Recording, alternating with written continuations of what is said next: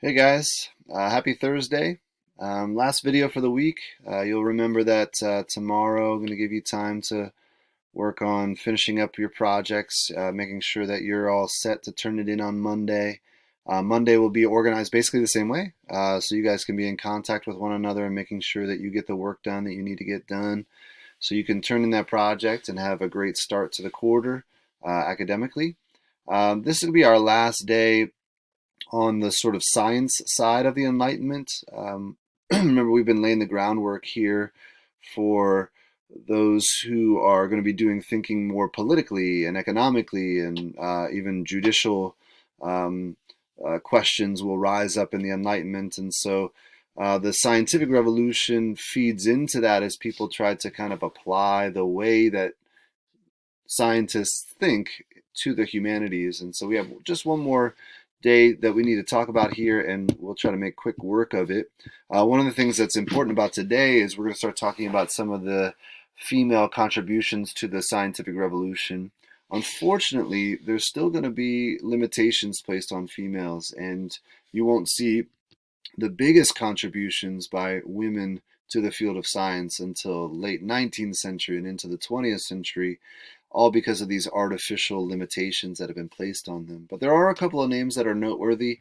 One of them is Margaret Cavendish. As you can see here, she's English. She came from an aristocratic family, which maybe gave her some advantage. She had the chance to do a little bit of studying at home. Although not formally trained in the sciences, she had a very gifted mind, and she actually leaned towards her contributions being philosophical. You can see her famous work there is Observations upon Experimental Philosophy. And one of the things that she's doing there is thinking about what are the limitations of human beings and what is the limit of science, even. Because there is this modern optimism that had been developing in this era that we're talking about that began to sort of give human beings this sense of confidence that they'll be able to master our environment, that through technology and science we'll become sort of masters of all things. And she says, well, that's not so much true. Science gives us the chance to observe cause and effect, maybe even harness cause and effect, but it's still a small part that we play in the universe, in the actions of nature. She says that man cannot have supreme or absolute power. One of the things that's interesting about her is that she actually publishes under her own name, which is unique because in her time period, most women who were publishing were doing it anonymously. On the continent of Europe, you have Maria Winkelmann. She is going to be living in Prussia, which is today Germany. It's one of the major kingdoms that comes out of the Holy Roman Empire following the 30 Years' War. And Prussia is a major, major kingdom that kind of takes the leading role eventually in coalescing the Germanic kingdoms into the country of Germany. As a German woman, she had been sort of trained by an amateur astronomer, which was not necessarily atypical. There were a few other women we could say had sort of tried their hand at astronomy, been trained by fathers or husbands or friends, but maybe didn't have access to the professional training. For Winkelmann, she was taught by a self-taught astronomer, but then met the foremost astronomer in Prussia named Gottfried Kirch, and eventually they were married, and she began to work professionally for that reason. She was his assistant, and she's noteworthy for discovering a comet. She demonstrates talent, ability, aptitude, all that. When her husband passed away, she actually applied for a position at the prestigious Berlin Academy, but was denied the position solely based on the fact that she was a woman. It did not matter that she was highly qualified, and for that reason, we could still sense that there's these artificial limitations being placed on women. They are contributing, but they're not being allowed to contribute to the extent that they are fully capable of. Now we're going to start to make a little bit of a shift towards the philosophy side of the Enlightenment, beginning with a very, very foundational thinker named Rene Descartes. Basically, Descartes is going to give us a way of approaching the world that holds sway for 3 centuries after his work. He is himself a Christian, but not all of his thinking is going to be beneficial for, I think, the church, actually. And maybe eventually we'll get into that, but there's a way in which his approach actually divides life up into sort of what we might think of as the sacred faith space and the secular rational space. And I deny that dichotomy. I don't think that that's how it works. I don't think there's a separation between faith and reason, at least to the extent that Rene Descartes surmises. So not everything that he does is perfectly beneficial, but he certainly is impactful. You can see that one of the things he begins to do is work from sort of a posture of doubt and skepticism. His discourse on method is really foundational for this reason. He basically says, I'm not going to accept anything that has just been handed to me from another source. In fact, I'm not going to accept anything that I can't establish through reason. The only things that I'm willing to believe are the things I can establish through reason. He says, even my senses can be deceived. And so only my reason is worth trusting. And so he begins to sort of start from scratch. He wants to know, what can I believe using only reason or rationalism? And this is where he comes up with his famous phrase that I'm sure you've heard, I think, therefore I am. Basically, he says, well, if I'm doubting my existence, I must exist because I exist to the extent that I can doubt my own existence.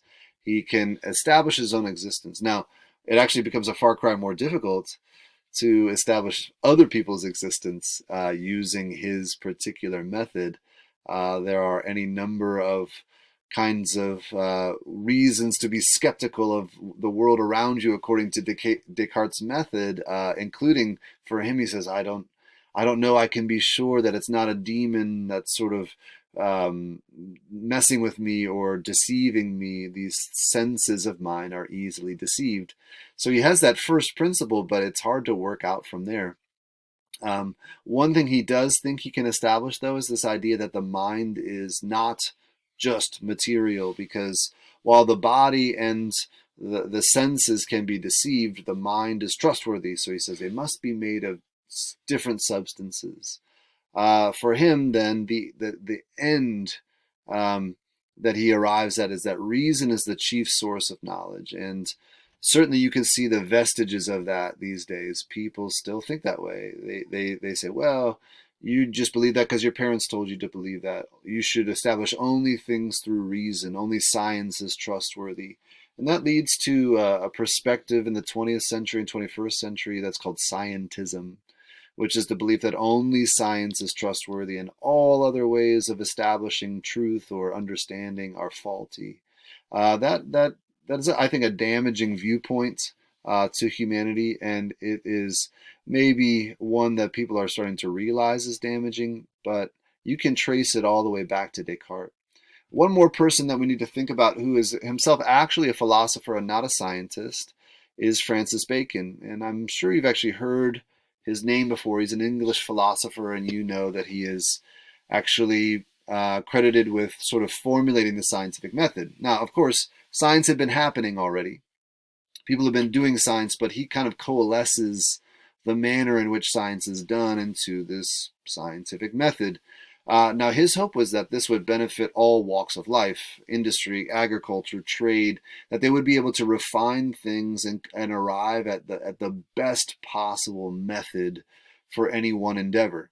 And that is a type of thinking that's going to slide over to the Enlightenment, because what's going to happen is people are going to say, okay, well, what's the best possible way to set up an economy, or the best possible way to set up a judicial system? And that kind of comes to bear on the humanities and not just the sciences. And he too says he doesn't want to accept things that he receives from ancient authorities like Aristotle and Ptolemy. We've seen those thinkers kind of go through the ringer of the paradigm shifts that are taking place in the 1600s. But he says, what I want is to receive only what I can through inductive reasoning. And so he sets up this method that you're well familiar with. Observation, make an observation, hypothesize as to why it is that way. Set up an experiment that might be able to test your hypothesis, analyze your results. Now, if your results support your hypothesis, go ahead and publish. But if not, revise your hypothesis, experiment again, and continue until you have come to a reasonable amount of certainty that your hypothesis about that observation is correct. And so this has been handed down from Francis Bacon all the way through the ages to your science classes through middle school probably, and you're still going to be applying it in your high school classes and on into maybe even your professional lives, some of you, if you go into the sciences. So next time we're doing a video, we'll be talking about then some of the more political sciences and thinking about how that may actually in the end impact the American and French revolutions. Tomorrow is going to be a work day, so I won't have a video for you, but I hope that you have a great weekend, and sure do miss seeing you.